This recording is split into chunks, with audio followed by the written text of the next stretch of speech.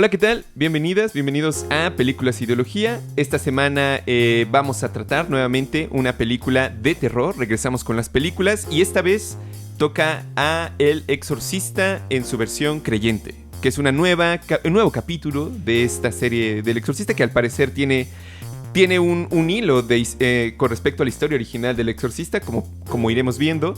Y bueno, nada más antes del resumen, como siempre recordar que este no es un análisis estético, no es un análisis de qué tan bien estuvo hecha la película, sino más bien de las ideas que están contenidas en la película como un producto cultural de nuestro tiempo. Dicho eso, Cristian.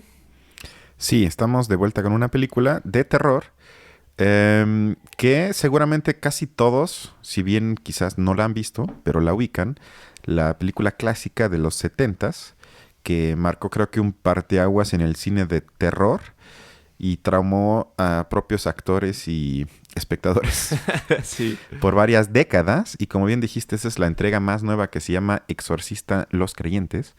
Y es una mezcla, como seguramente ya saben, de thriller y de historia de terror.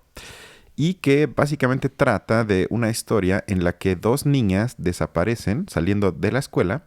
Vemos incluso en el tráiler cómo entran al bosque, porque van a tratar de hacer una especie de ritual para comunicarse con espíritus del más allá. Luego los padres se hablan mutuamente porque no llegan a casa a tiempo. Luego los buscan durante 3 días en el bosque. Hasta ese punto parece más una película de thriller, quizás de crimen, que se nos deja entrever que quizás les hicieron algo. Entrevistan de manera clasista a algunos indigentes que viven en las calles. Y cuando las encuentran, han pasado 72 horas. Sí. Y lo extraño es que las niñas dicen o se comunican argumentando que nada más estuvieron desaparecidas algunas horas, cuando fueron realmente, como dije, 3 días. Y a partir de ahí, los padres de las dos hijas comienzan a sospechar que quizás se trata de algo más allá que nada más humano. Y vemos, como es de esperarse, que quizás el diablo tiene que ver. Pasan cosas raras, muere gente, aunque desde mi punto de vista no lo suficiente y no de la manera sangrienta como yo lo quería ver. Y bueno, ya no les cuento el final, pero básicamente es eso. Quizás la diferencia más marcada en cuanto al guión comparado con la original es el hecho de que iniciamos en Haití.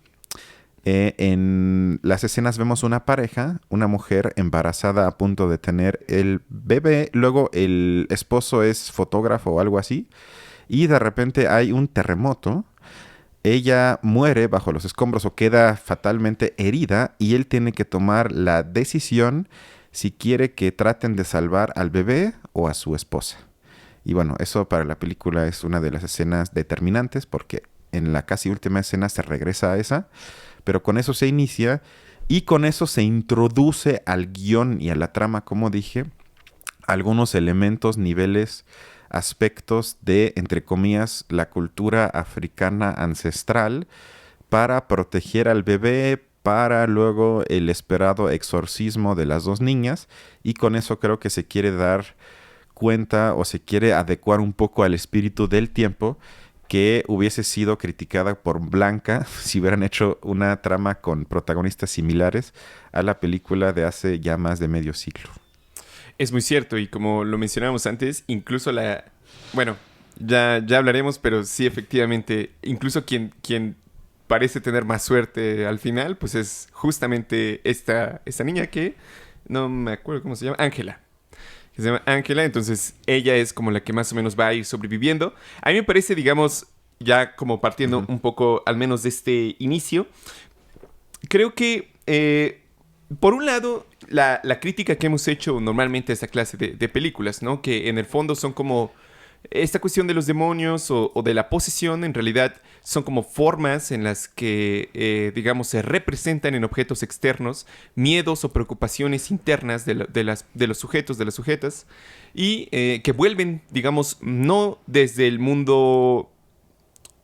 Esto lo mencioné un poco Lacan, o sea, no vuelven en forma psíquica o siendo conscientemente estos miedos, sino que regresan a través del mundo externo. Me parece que incluso en el psicoanálisis, por lo menos de Lacan, este hecho en el que digamos como lo inconsciente o esas formas de opresión que uno ha adquirido inconscientemente a lo largo de su vida, que no alcanzan del todo a volverse en la palabra, regresan del mundo de la realidad, sobre todo, digamos, como en un acto un poco psicótico, justamente por eso, porque las cosas en sí mismas empiezan a reaccionar y me parece que en el fondo es justamente este miedo que es un miedo social en el fondo, porque hay una razón por la cual se le opone al diablo no las fuerzas personales del individuo, sino las fuerzas de los grupos religiosos, particularmente de una institución.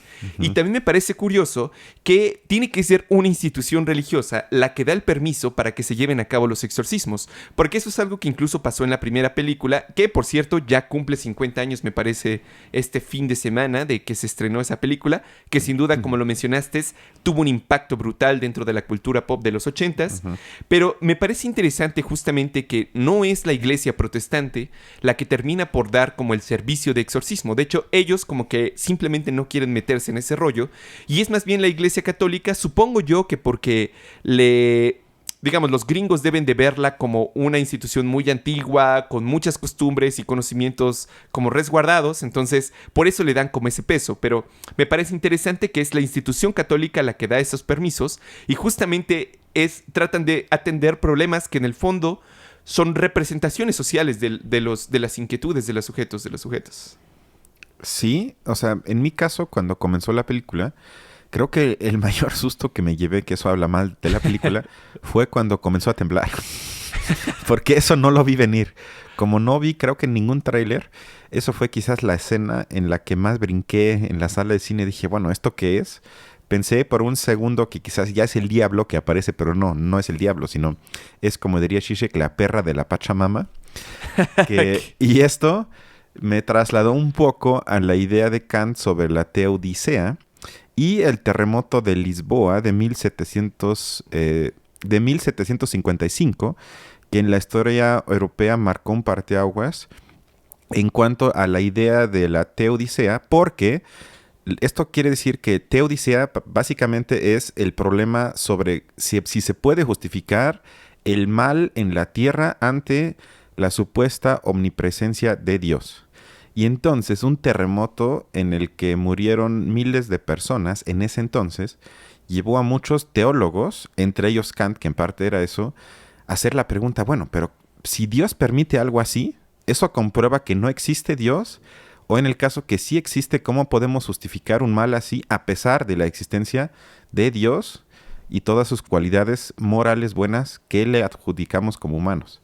Y entonces creo que en la película también hay varios diálogos que giran en torno, incluso el mismo título, de la creencia, de la fe, de que si importa si creemos en Dios o no, la importancia de todo esto. Entonces por eso traje algunas ideas de Kant al respecto, pero quiero comenzar con la idea de la teodicea y un libro del filósofo Terry Eagleton, que es de Inglaterra, que tiene un libro que se llama Sobre el mal, que se lo dedica, como le dije a Balam antes de grabar, a Henry Kissinger. Y quiero decir que es una burla, una ironía. No es que sean amigos. Entonces ahí él reflexiona, entre otras cosas, sobre la idea de la teodicea. Y comienza justamente como si hubiera visto la película. Abro la cita. Siempre que se produce alguna tragedia o algún desastre natural en nuestros días, podemos estar seguros de que habrá un grupo de humanos que saldrán a la calle con pancartas en las que exhibirán la consabida y elocuente pregunta ¿por qué? Estas personas no buscan explicaciones fácticas. Saben muy bien que el terremoto fue el resultado de una fisura abierta en las profundidades de la tierra, o que el crimen fue obra de un asesino en serie que las autoridades pusieron en libertad demasiado pronto. ¿Por qué? No significa en este caso cuál fue la causa de esto. Es más un lamento que una pregunta. Es una protesta contra cierta y profunda falta de lógica en el mundo. Es una reacción ante lo que parece ser el crudo sinsentido de las cosas. O sea, me parece que son el síntoma, por eso creo que combata un poco, más bien, se puede conjugar con lo que tú dijiste, porque es como esa ansiedad de coherencia que tenemos, creo que me parece algo muy humano, de que nos parece difícil aguantar contradicciones, ambigüedades, sino necesitamos encontrar lógicas en todo lo que nos pasa. o pasa en el mundo. Es verdad. Y aguantar que hay ciertos aspectos de la coyuntura que no fueron planeados por un grupo o una persona es muy difícil de aceptar porque eso abre el peligro a que quizás pasen cosas entre comillas al azar y que no tengamos control, y esa pérdida de control es algo que entiendo que nos puede asustar mucho. Ya lo último de la cita: una rama del pensamiento tradicional, conocida como teodicea, ha intentado dar cuenta de este aparente absurdo. La palabra teodicea significa literalmente justificar a Dios. Así que el objeto de ese intento de explicación de por qué el mundo parece tan lamentablemente torcido es defender a un supuesto Dios amante de todas las criaturas y las cosas frente a la acusación de haber incumplido catastróficamente con sus obligaciones. La teodicea trata entonces de explicar la existencia del mal, eximiendo a Dios de toda responsabilidad. Y de ahí se desprenden varias preguntas, porque tendríamos que entonces, por ejemplo, como lo hizo Kant, pensar, hay algunos que dicen, bueno, pasan cosas malas porque nos ponen a prueba como humanos. Tenemos que saber qué es el mal para saber qué es el bien. Otros argumentan que eso es una falacia, que simplemente como humanos, por ejemplo, de un terremoto no tienen culpa alguna, o por lo menos hasta donde sabemos hoy en día, eso no es culpa de acciones humanas. Entonces, ¿cómo podríamos entonces ser mejores personas y evitar el terremoto? Es decir, que no puede haber un aprendizaje moral ante algo que no tiene que ver con acciones humanas, que en otras cosas, en el aspecto moral, se podría decir que sí. O sea, se podría decir que quizás el asesino recibe un castigo, entonces para que aprenda y de esa manera ya no vuelva a matar a otra persona. O sea, si se argumenta a nivel moral, algunas cosas sí pueden tener aprendizaje que pueden justificar el mal ante el bien que quizás puede provocar este mal que acaba de pasar. Pero bueno, no sé si quieres decir algo. Yo creo que quizás incluso, digamos, como lo mencionas, quizás difícilmente pudiéramos encontrar el mal en sí mismo. O sea, es, digamos, si uno se pone realmente a revisar o a intentar analizar un caso específico, por ejemplo, supongamos, hoy en día ocurren muchísimos asaltos todos los días en las calles, ¿no? Y una muy buena parte de esos asaltos que son menores no son, digamos, cosas planeadas por organizaciones criminales mucho más grandes. Una muy buena parte de los asaltos que ocurren es, digamos, por personas que simplemente están desesperadas por poder, digamos, comer algo, por poder tener como dinero. Y incluso varios son jóvenes, pero quizás que no tuvieron oportunidades de escuela, etcétera, etcétera. Entonces, ¿qué tan responsables son también de sus propias acciones, ¿no? O sea, ¿qué tanto de ellos depende haber sido así y no de la sociedad que no les dio otra oportunidad si no es esa, ¿no? Entonces ahí de nuevo la pregunta por el mal parece desvanecerse porque no encontramos el mal en sí mismo, es imposible de encontrarlo como sustancia, sino que encuentras una serie de circunstancias que se complejizan demasiado y de repente ya no es tan fácil la barrera entre uno y otro.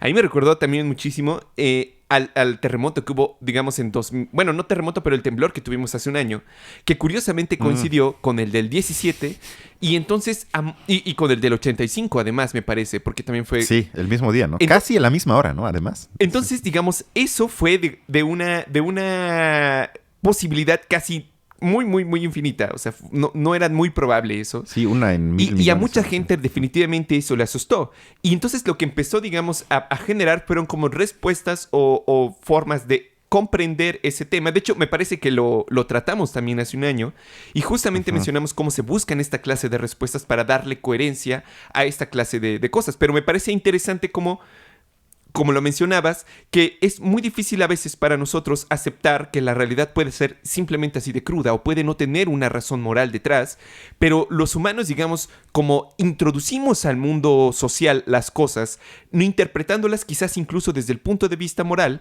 digamos que nos es difícil incluso a veces aceptar que esa cuestión de causalidad pueda no tener una razón detrás, y entonces muchas personas tratan de incluir eso en su mundo o tratan de comprenderlo de acuerdo a su cosmovisión, otorgándole cosas morales, una explicación moral a ello.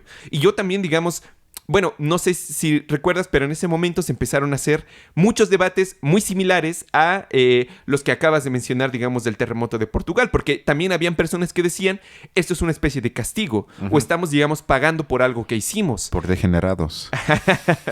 Sodoma y Gomorra, ¿no? Pero ciertamente, digamos, es bueno, el mal tomado de esa manera es como una representación social que no tiene a veces nada que ver con lo que ocurre en el mundo. Y hay cosas terribles, terribilísimas, que también pasó, por ejemplo, en la interpretación de la peste negra, que la interpretación que más justamente, digamos, se daba era que era una especie de castigo. E incluso, digamos, en su momento, digamos, en Europa, 1300, 1200, las tropas de Genghis Khan, que llegaban, digamos, a prácticamente destrozar todos los lugares y no tenían forma de pararlo, se le llamaba el azote de Dios. Justamente por eso, porque ellos sentían que estaban siendo castigados por algo y tenían que pagar ese precio. Y a mí me parece que en la película, para regresar un poco, y ya con esto acabo, vemos un poco de eso similar. O sea, existe la culpa constantemente, sobre todo, digamos, del padre, no solo en las acciones de descuidar a su hija, de ser incapaz de poder ayudarla, sino también de lo que le hizo a la madre, ¿no? O que no pudo evitar ese final tan trágico. Entonces, desde una perspectiva psicoanalítica, pudiéramos relacionarlo de esa manera y ver cómo la culpa reaparece en forma del mal o del diablo, si así lo quieres ver. Sí, porque de hecho para mí el psicoanálisis sería como una forma secularizada de la pregunta de la teodicea subjetivizado y en relación con la sociedad. Es decir, que ya no mistificamos el inconsciente, como decía Freud, el pulso de la muerte, la pulsión de la muerte, los instintos a los que tratamos de resistir, que admitimos. Es decir, que nuestra psique humana está quebrada en el sentido de que es contradictoria y tiene lados, entre comillas, oscuros, pero que no tienen que ver con que el mundo sea oscuro, sino ya hay una quebradura inmanente a nosotros como humanos y que no, digamos, es culpa ni del diablo por lo malo, ni de Dios de lo bueno, sino que tiene que ver con nosotros como humano y nuestra relación con nosotros en sociedad. O sea, es como para mí esa forma, esa continuación ilustrada de algo premoderno en ese sentido. Pero quizás ahí sirva la pregunta que hace Kant, porque él reflexiona en torno a la duda si es posible escapar de ese tipo de lógica de argumentación. O sea, porque lo que él dice, según él, se autodetermina, o lo que él hace como filosofía, una ciencia que descubre cómo las personas pueden conocer algo. O sea, digamos, los límites de posibilidad de adquirir conocimiento y cómo se constituyen esas limitaciones. Entonces, según él, contamos, es decir, los humanos, con un equipamiento racional básico sin el cual nuestros sentidos estarían indefensos y no podrían hacer nada más que sentir. Entonces, según Kant, la causalidad no es un principio de la naturaleza, sino un esquematismo de la mente humana. Es entonces el principio según el cual nuestra mente ordena las impresiones sensuales que tenemos cuando interactuamos con el mundo. Por eso todo nos parece conectado y todo parece aparentemente causal. Lo que la persona entonces, entre comillas, ordinaria toma como realidad es la realidad que produce nuestro aparato sensorial y el intelecto humano. Pero mientras el mundo sensual consiste en todas partes, entonces, entre causa y efecto, esto no es así en absoluto, eso dice Kant, en el mundo de la razón. Porque cuando imputamos, y creo que esa es la parte más importante, una finalidad al mundo, le damos un sentido y un objetivo. Lo hacemos como si este mundo tuviese esa finalidad, y ahí entra la parte de la moral. Sin embargo, en realidad, según Kant, y lo comparto, esto únicamente es una aspiración del humano que hace ese tipo de proyección. Es decir, que es una idea, Kant le llama reguladora, algo a lo que nuestra razón nos obliga. Pero, y ahí entra también creo que algo muy importante para Kant, lo planificado y lo intencionado no es obra de Dios, sino una necesidad que nuestra razón proyecta en lo natural para poder comprenderla. Algo complicado para mí es, bueno, no reconocemos un propósito en la naturaleza, pero la juzgamos como si la tuviera. Y creo que ahí también podemos hacer un puente con el debate que tuvimos quizás hace una semana o que hemos tenido también entre tú y yo, pero creo que más con Erandi y Mitch, que es cruel que hoy no estén, pero bueno, pronto van a estar otra vez, que es precisamente eso, que lo que pensamos sobre la naturaleza sale de los humanos, o sea, es profundamente y necesariamente antropocéntrico. Según Kant, no podemos verla de otra manera, que yo comparto eso. Entonces, el científico natural que quiere entender el mundo, supone que hay algo que entender. O sea, es esa presuposición, es justamente lo que Kant trata de pensar.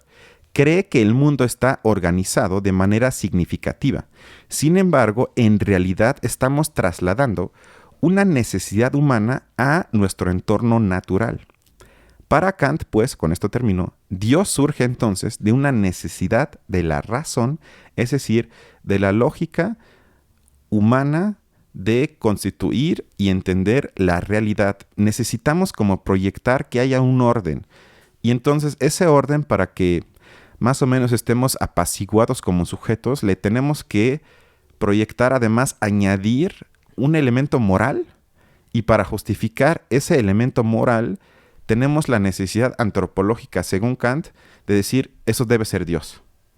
Porque ahí como que tenemos un límite ontológico que no podemos ir más allá, si quieres hasta epistemológico, y eso para Kant era como lo que explicaba él racionalmente la existencia de la creación de Dios, de la idea de Dios. Es muy interesante también porque yo creo que se puede relacionar bastante, digamos, ya un poco posteriormente esas ideas de Kant se han recuperado desde diversos puntos y se han dado también, se han extendido de otras maneras, ¿no?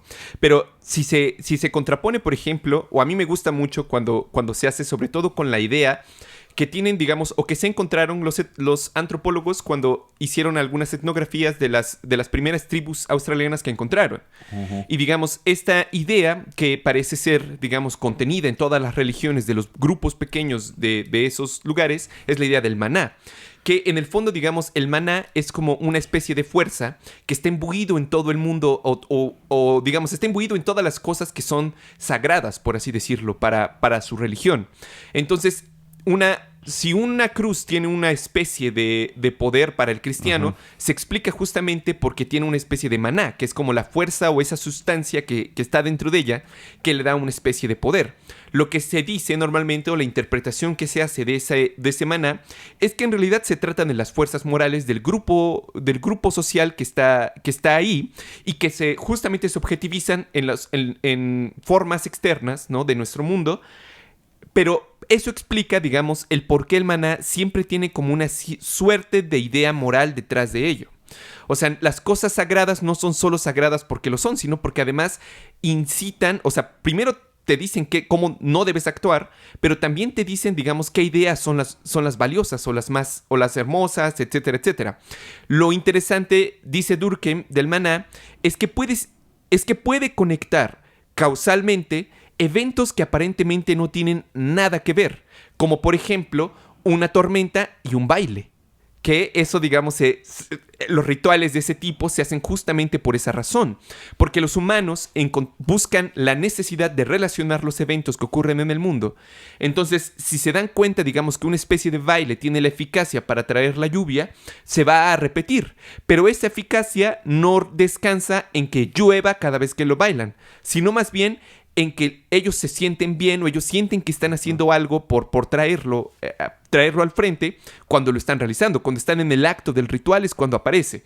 Y me parece súper interesante cómo en la película nos encontramos a una personaje que vimos en la película original del Exorcista, que justamente una de las primeras cosas que hace para poder tratar de abordar el tema del exorcismo es estudiar las religiones del mundo. Y eso, digamos, me parece interesante porque no estudia solamente una, sino que estudia varias religiones, lo que quiere hacernos entender que ella comprende que hay detrás de todas las religiones se refieren como a una especie de fuerza sobrenatural, o que todas tienen algo de validez hasta cierto punto, algo que quizás sería imposible de pensarse hace 500 años. Cuando las iglesias, digamos, como la católica o incluso la protestante, no hubieran aceptado una interpretación así.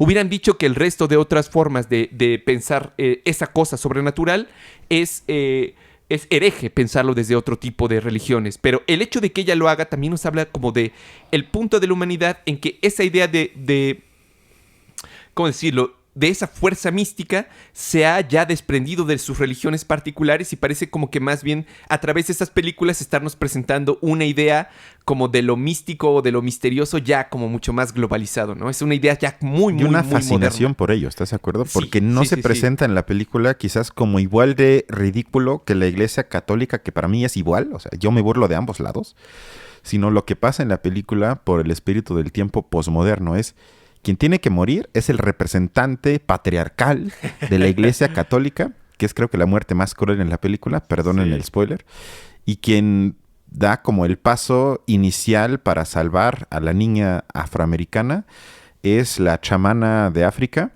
que trae rituales, digamos, lejanos de la iglesia tradicional occidental y que con eso ayuda a introducir como esa lógica mística ancestral que en el fondo, por lo menos en la película se argumenta eso, es mucho más profunda y representa fuerzas que los blancos no pueden conocer. Y que además, digamos, esta idea de lo sobrenatural solamente puede existir en un momento en el que hay un orden específico o en el momento en el que tú aceptas que hay un discurso, que es el de la ciencia, que hoy en día, digamos, es muy hegemónico y que es muy racionalista y digamos, tiene una explicación general del mundo, presenta una explicación racional del mundo. Entonces, lo sobrenatural existe justamente ahí, porque son esas cosas que la gente, que las personas, justo como no se pueden explicar en clave racional, lo presentan como algo que está más allá de la razón misma, más allá de la ciencia misma. Cuando, digamos, incluso hace 500, 600 años, los debates teológicos era justamente si la razón nos podía dar mucho más conocimiento del mundo que creó Dios. Pero el mundo en sí mismo era místico. Ahora el mundo parece estar ya vacío de ese sentido. Y digamos, la mística regresa ya no en forma totalizante, sino a través de esos pequeños eventos, a través de esas cosas que no se explican, ¿no? Y así se va creando esa mística. Sí, o sea, se volteó, ¿no? Así es. Sí, y creo que para mal. O por lo menos a mí me da miedo eso, porque también en zonas como la Ciudad de México hay cada vez más brujas y ese tipo de prácticas que tratan precisamente males que existen, malestares, pero ya no tratan de trascenderlas a través del razonamiento ilustrado, sino de prácticas que añaden algo a la supuesta rigidez que en el positivismo sí aplica y que entonces, digamos, introducen dimensiones que no son, no sé, robadas o que son eclipsadas a través de la modernidad opresiva de los blancos occidentales. Pero resulta que tu tío Eagleton también escribe sobre eso porque tiene una parte en la que reflexiona sobre la simbiosis que según él existe entre el, entre comillas, avance civilizatorio y tecnológico y la fuerza ancestral que parece no cesar y a veces hasta estar muy presente. Abro la cita.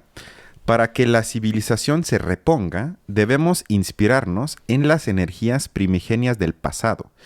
Por este emparejamiento impuro de lo más nuevo con lo más antiguo es también propio del nazismo, que en este sentido, y es justo lo que tú dijiste, es un fenómeno típicamente modernista. Por un lado, el nazismo marcha extasiado hacia un futuro revolucionario, tirando a paso de las más recientes y deslumbrantes tecnologías de la muerte, pero también, por otro lado, no deja de ser una cuestión de sangre, tierra, instinto, mitología y dioses de las tinieblas. Semejante combinación supone una de las razones de su potente atractivo. Es como si no hubiera nadie a quien el fascismo no pueda seducir, desde los místicos hasta los ingenieros mecánicos, desde los más entusiastas, adalides del progreso, hasta los reaccionarios más estirados. Y traje esta cita porque en muchas películas que hemos analizado en este espacio pasa eso. Lo vimos creo que más emblemático en la de Transformers, que tenemos la tecnología alienígena más avanzada y a dónde van para pedir ayuda a una tribu indígena de Perú. Ahora, ¿cómo pasa en esta película? Que tenemos otra vez la tecnología más avanzada. Se ve en muchos sentidos en cómo buscan a las niñas que con los celulares, con el GPS, con las cámaras de vigilancia, con la policía, con los carros, todo eso. Pero cuando se trata de combatir el mal que sufren las niñas, se recurre no nada más a prácticas tradicionales de la Iglesia Católica, de ideas de exorcismo, sino que se trae, como ya dije, una chamana de alguna región de África que se dice que ahorita no me acuerdo, para incluir ritos ancestrales que ella misma dice en la película, se han olvidado y tiene esa frase de que si tomamos algo, debemos de asumir que también tenemos que regresar algo. Y entonces ella habla de la Pachamama, de la tierra sagrada, y entonces tenemos esa combinación otra vez entre lo más avanzado, entre comillas, y algo que supuestamente ya este avance cuestionó o comprobó que realmente eran, como tú dijiste, creencias que realmente nada más eran una proyección humana para explicar ciertas cosas que en ese momento todavía no había forma de encontrar una explicación más allá de eso, pero hoy en día conviven esas dos cosas. Ujú. Y la pregunta es por qué, y traje esta cita porque dice que, como también tú dijiste, son fenómenos modernos porque necesitan esa aparente paradoja. O sea, no se entiende lo uno sin lo otro. Necesitan ese avance modernista para que al mismo tiempo también sean un adendum, como un añadido. Es decir, ninguna de la otra, según Eagleton, que yo comparto, puede existir sin la otra, sino una produce como el vacío para que en conjunto sigan funcionando como lo vemos en la película. Sí, totalmente, totalmente. Incluso, digamos, el hecho de que en el siglo XIX, más bien, no es casual que el hecho de que en el siglo XIX hayan nacido estos movimientos espiritistas, por ejemplo. Algo que no pasaba antes. No se reunían de esa manera o no con esa intención. Pero en el siglo XIX se crearon no solamente reuniones, sino agrupaciones completas, como sectas completas de eso mismo. Incluso podríamos decir que esta clase de cosas como la cuija o todo lo demás, estos juegos que acercan mucho como con esa idea, en el fondo mueven mucho ese mismo mecanismo. Pero justo como decíamos, la gente de hace 1000 años, por ejemplo, no se explicaba de esa manera el mundo, ni existían los eventos paranormales en sí, ¿no? O sea, cada uno tenía un espacio específico dentro de la cosmovisión y había una explicación que además tenía que ser muy bien revisada y tenía que ser, pasaba por muchos teólogos, reflexionaban sobre eso para poder darle explicación a eventos como por ejemplo el descubrimiento de que había un continente grandote que no encontraba o no encajaba dentro de todo el discurso de la Biblia, que habían gentes que no sabían si eran humanas, y el debate fue justamente cómo incluimos a estas personas dentro del dogma que ya poseemos. Pero fue un debate muy complejo, mientras que aquí justo lo que se está haciendo es como una mistificación, una exotización. Nada tiene que ver realmente ni siquiera con las religiones pasadas. Digamos que es como el pensamiento mágico moderno. O sea, es un poco eso. Eso sería una buena... Sí, ya casi para terminar. Algo que creo que tiene razón es que aquí Eagleton cita al filósofo alemán Schelling, porque Schelling se puso a pensar, y creo que ahí tiene un punto en el que no sabe exactamente por qué, pero que el mal parece tener mucho más fascinación y hasta le adjudicamos, es decir, los humanos que lo proyectamos, una supuesta profundidad al mal que no siempre lo hacemos con el bien. O sea, por ejemplo, aquí dice, el filósofo alemán Schelling consideraba el mal como algo mucho más espiritual que el bien, pues para él representaba un odio tan crudo como estéril hacia la realidad material. Y creo que eso es cierto, que también por eso causan tanta fascinación personajes que se les adjudica haber sido o ser malvados, como Hitler, como hoy en día quizás para algunos el malvado es Putin, para otros Biden, para otros Trump, para otros AMLO. Pero digamos, hay una fascinación por gente que los humanos califican como malos, perversos. Pasa en la izquierda mexicana, me parece, con personajes como Salinas, Carlos Salinas, que también casi son figuras omnipotentes, diabólicas, que manipulan, que tienen un poder, que básicamente todo lo que pasa, ellos lo están controlando. O sea, creo que ahí también hay un elemento que responde un poco a esa necesidad de adjudicarle poderes al mal, que no entiendo entonces si se sigue esa lógica, que yo no comparto, pero vamos a tomarla en serio, no se proyectan, o por lo menos no tan seguido, al bien. O sea, por ejemplo, en las películas es mucho más seguido o mucho más común que vemos películas distópicas que utópicas. Es decir, hay como una fascinación pensar las cosas que pueden salir mal, que ¿por qué no pensar también cosas que pueden salir bien? Y entonces pensar cómo puede dibujarse una utopía que nada más pensar en lo contrario. Y creo que tiene que ver con esa fascinación espiritual que se sigue proyectando sobre las cosas que la gente califica como malas, sobre todo moralmente malas. Pero sí, claro, pero también digamos como la necesidad de... O sea, si yo veo esta película que es mala, va a resultar, de nuevo a lo mejor regresando como a uno de los argumentos que dábamos al principio, o que se daban al principio, tengo que ver esta película para que entonces resulte mucho más evidente que mi realidad es buena. O sea, veo como lo malo, veo lo triste, veo las distopías y entonces yo regreso a mi realidad y digo, bueno, por lo menos está como mucho, mucho mejor o estoy muy alejado de eso o eso no existe en mi mundo. En cambio, si ves como puras películas así como bonitas, más bien llegas como... Bueno, yo siento más bien como un hartazgo y digo, ¿por qué todo es tan bueno? Como que sería... Pero Disney, por ejemplo, son puras películas con final feliz prácticamente y son de las más exitosas en el mundo. Sí, estoy de acuerdo. Estoy de acuerdo, sí es cierto. O sea, Pero ahí es diferente, ¿no? Porque juegan también mucho como con la cuestión del individuo que va... O sea, lo que buscan ellos es muchas veces como identificarte con el personaje principal y hacer como que tú sientes que vas cruzando esa odisea con muchos problemas y todo lo demás y al final resulta como en una lección moral, ¿no? Pero entonces es más como explotar la idea del individuo y tú, digamos, igualándote con ese individuo súper poderoso, súper capaz. Entonces, digamos, hasta cierto punto la eficacia de las películas recae en que tú te identifiques con el personaje principal y puedas sentir que eres su aventura. En cambio, esta clase de películas me parece que es más como ese o sea, el punto de su eficacia se explica porque explotan muy bien el sentimiento de sentirse como atrapado o de sentir que estás viendo como el mal y cómo al final se derrota ese mal, ¿no? Sí, puede ser, aunque y ya es la última, Sí. la última cita del libro de Eagleton, porque me parece interesante pensar, bueno, vamos a aceptar que existe algo así como el mal, porque si no lo aceptamos, pues esto ni siquiera tiene caso, pero digamos, vamos a aceptar que existe algo así. ¿Cómo se podría pensar el mal en la actualidad? Es decir, el mal, digamos, en algo que aquí hacemos una y otra vez, en la llamada ideología neoliberal que tú y yo compartimos, predomina en muchas partes del mundo hoy en día. Entonces, abro una cita porque creo que Eagleton reflexiona sobre eso y una cualidad, entre comillas, del mal que hoy polula más que nunca. Abro la cita. Los seres humanos pueden alcanzar cierto grado de autodeterminación, pero solo son susceptibles de hacerlo dentro del contexto de una dependencia respecto a otros individuos de su especie. La misma dependencia que los hace humanos para empezar. Eso es justamente como veremos lo que el mal niega. La autonomía pura es un sueño del mal. Es también el mito por excelencia de la sociedad de clase media, lo cual no quiere decir que ser de clase media signifique ser malvado. Ni los marxistas más combativos creen que eso sea así, en parte porque, para empezar, no tienden a creer en la existencia del mal, eso es cierto.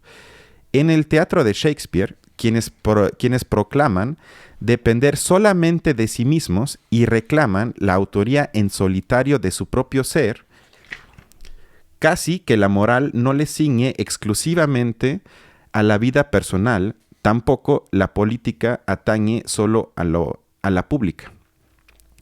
Es decir, que Eagleton ahí pone un punto y Shakespeare también no me había puesto a pensar que casi siempre sus personajes, que más o menos se puede decir son los malos, en sus obras, son los que tienen ese sueño de yo vivo por mí mismo, yo no dependo de nadie, lo que yo hago depende de mí. Quienes necesariamente piensen en los demás o se quieran quizás demasiado relacionar auténticamente con los demás, son débiles, son irrisorios, son gente que no puede tomar en serio. Entonces, ese sueño ilusorio de autonomía personal en sociedad, entendido como que yo no necesito a nadie más y dependo únicamente de mí mismo, ¿te suena algo? Sí. ¿Te suena algo? Entonces, sin que yo diga que el problema sea que esa gente sea mala, pero me parece curioso que ese tipo de lectura, porque mucha gente luego que es de derecha y tiene ese tipo de rollos discursivos, se asume al mismo tiempo como muy creyentes y que ellos sí te hablarían de bien y mal. Y entonces lo que dice Eagleton, bueno, tu ideología del yoísmo, como yo le llamaría, en el fondo tiene elementos que comparte la maldad en sentido teológico, porque tú tienes el sueño de que vives en sociedad, pero dependes únicamente de ti mismo, y eso en sí mismo se podría entender como un rasgo, entre comillas, de maldad. O sea, a mí eso me pareció curioso, porque también siento que en la película se tematiza un poco eso cuando se le critica al padre de Ángela, de que haya tomado la decisión, el diablo le cuestiona eso, de salvar a la hija que en realidad quería salvar a la esposa y todo eso, pero otra vez, digamos, se trata de individualizarlo, de privatizar algo, en vez de, por ejemplo, decir, bueno, comienzan en Haití, porque de hecho se desarrolla en Haití. Uno de los países que siempre cuando salen los índices, el infierno en la tierra, en todos los sentidos. O sea, olvidados por Dios, ahí sí, olvidados por Dios. Y entonces, obviamente, cuando hay un terremoto fuerte, ficticio como en la película, se cae todo, se acaba todo.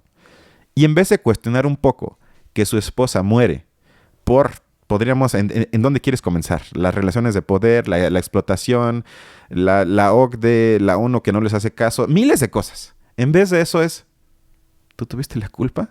Y tú tuviste que escoger, imagínense esa decisión, salvas a tu esposa o salves a tu bebé que está dentro de tu esposa. Entonces, pero otra vez ahí como que la mirada cae sobre el sujeto, aparentemente autónomo de todo lo demás.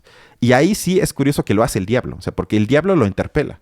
Pero en vez de que veamos la dimensión diabólica en el sentido de que es la aparente autonomía del sujeto, se tematiza eso como decisión más importante en la película, de la decisión moral, de que el padre se sobrepone a eso y al final, por eso la película se llama así, es creyente y con eso salva a su niña. O sea, otra vez se trata de mistificar algo que se tendría que socializar. Es muy cierto, es totalmente cierto. E incluso, digamos, bueno, esto que mencionabas me recuerda también a una de las ya para, eso sería como un último comentario, que en sociología, por ejemplo, del derecho, se sabe que una de las cosas, yo creo que una de las conclusiones más interesantes, la necesidad del crimen. O sea, cómo, digamos, en las sociedades, incluso podríamos hablar también de una necesidad del mal dentro de las sociedades, y que si no existiese, las sociedades lo construirían en sí mismo, ¿no? Porque, como lo acabas de decir con Kant.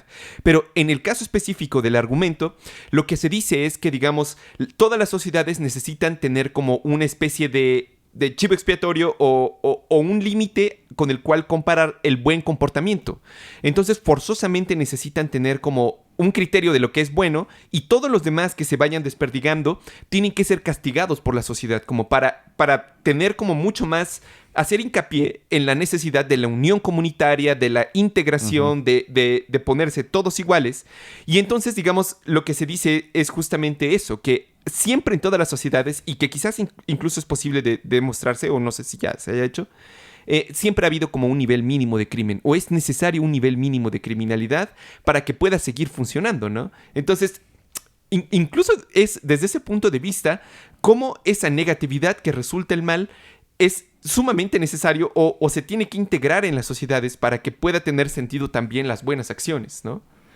Yo igual para acabar, nada más que con alguna idea de Kant que digamos creo que resume bien lo que hablamos el día de hoy, es que para Kant todas las pruebas de Dios no son pruebas, sino que no creemos en Dios porque podamos demostrar lógicamente que existe, porque eso es imposible, sino que ponemos a Dios en juego por consideraciones morales. Entonces, para Kant, Dios no es otra cosa que un principio regulador de la razón para considerar toda conexión en el mundo como si surgiera de una causa necesaria omnipresente, y no la afirmación de una existencia que es necesaria en sí misma. Si debe de haber Dios, no es por cuestiones lógicas, sino para que las personas orienten su conducta en consecuencia y se comporten moralmente. Ahí también está el debate con esa frase de Dostoyevsky, si como Dios está muerto, todo está permitido o viceversa. Ese es un debate muy complicado, quizás para otro programa. Y entonces ya la última frase es, por lo tanto, no es la religión la que hace que un humano sea moral, sino que la persona moral expresa sus convicciones internas en su religión. Más importante que todas las convicciones religiosas es entonces la buena forma de vida. Lo demás es ornamental, con lo que estaríamos en la ética. Es cierto, es cierto. Y a lo mejor ya nada más para terminar, ahorita que acabas de mencionar a Dostoyevsky, me acuerdo mucho que en Crimen y Castigo, justo una de los argumentos del principal, digamos, no es un spoiler porque ocurre en el primer capítulo, pero cuando mata a la mujer y digamos lo hace, y la justificación racional hasta cierto punto es como las normas morales existen porque es la forma en que la sociedad detiene a las grandes mentes, a los grandes individuos. Sí, que eso es de Nietzsche, esa idea. Que es una idea protofascista en el fondo, porque, digamos, permite, o más bien lo que piensa o lo que teoriza es que existen una serie de seres humanos que de nacimiento son superiores a una gran población y por ende pueden estar por encima de la moral. Y bueno, la tragedia de Raskolnikov es tratar de probar qué tan cierta es esa idea no spoileo más, pero es Sí. un gran libro para eso lo toma de Nietzsche, problematizar que eso, parafraseo decía que la moral es para los jodidos. básicamente.